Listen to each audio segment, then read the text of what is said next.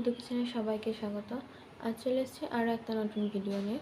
আজ আমরা বানাবো ইলিশ মাছের মাথা দিয়ে বাঁধাকপির ঘন্ট। তার জন্য আমরা এখানে দুটি ইলিশ মাছের মাথা নিয়ে নিয়েছি একটি আস্ত বাঁধাকপি এবং একটি মাঝারি সাইজের আলু। আমরা মাছের মাথাগুলিকে খুব ভালোভাবে কেটে ধুয়ে নিয়েছি।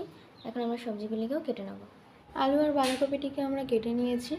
কপিগুলিকে আমরা খুব সরু সরু করে এইভাবে কেটে নিয়েছি এই যে, এবং আলুগুলিকেও আমরা একটু বড় বড় করে ডুমো ডুমো করে কেটে নিয়েছি।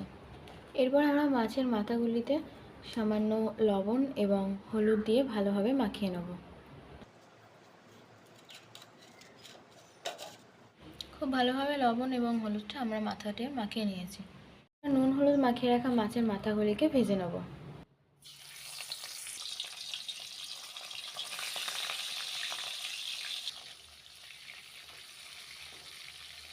খুব ভালোভাবে আমরা মাছের মাথাগুলিকে ভেজে নিয়েছি। এখন আমরা এগুলিকে তুলে নেব। এরপর আমরা ওই তেলে আলুগুলিকে ভেজে নেব।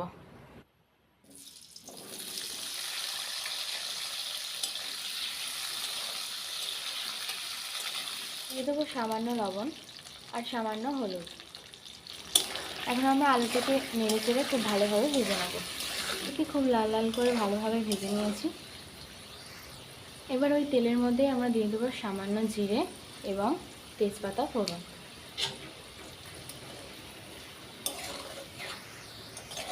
ফোড়নগুলি কয়েক সেকেন্ড আমরা খুব ভালোভাবে ভেজে নেব।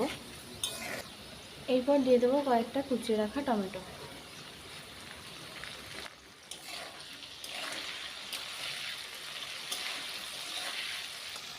টমেটোটা একটু নরম হয়ে আসলে আমরা দিয়ে দেবো বেটে রাখা আদা এবং চিড়ে রাখা কিছু কাঁচা লঙ্কা। এরপর এটাকে আমরা সামান্য একটু নেড়ে নেব। আমরা আদার কাঁচা গন্ধটা চলে যাওয়ার জন্য সমস্ত কিছুটাকে খুব ভালোভাবে নেড়ে নিয়েছি। এখন আমরা এতে দিয়ে দেবো কেটে ধুয়ে রাখা বাঁধাকপি।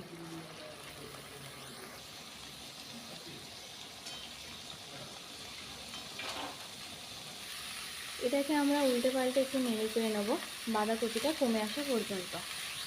বাঁধাকপিটি সামান্য একটু কমে আসলে আমরা দিয়ে দেবো পরিমাণ মতো লবণ এবং পরিমাণ মতো হলুদ। এরপর ভেজে রাখা মাছের মাথাগুলিকে সামান্য একটু ভেঙে নিয়ে আমরা এতে দিয়ে দেবো। এখন আমরা এটিকে সামান্য একটু নেড়ে নেব।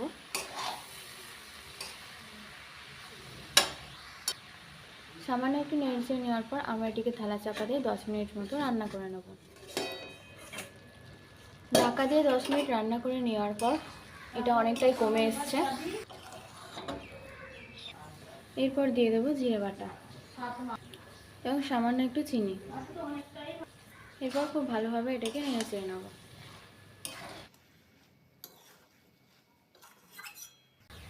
খুব ভালোভাবে নেড়ে চেড়ে রান্না করে নেওয়ার পর সব শেষে দিয়ে দেবো সামান্য গরম মশলা গুঁড়ো। ইলিশ মাছের মাথা দিয়ে বাঁধাকপির ঘন্ট আমাদের রেডি হয়ে গেছে। এখন আমরা এটিকে নামিয়ে নেব। তোমাদের ভিডিওটাকে যদি পছন্দ হয় ভিডিওটাকে লাইক কমেন্ট শেয়ার করবে এবং এরকম আরও নতুন নতুন ভিডিও পেতে চ্যানেলটিকে সাবস্ক্রাইব করবে।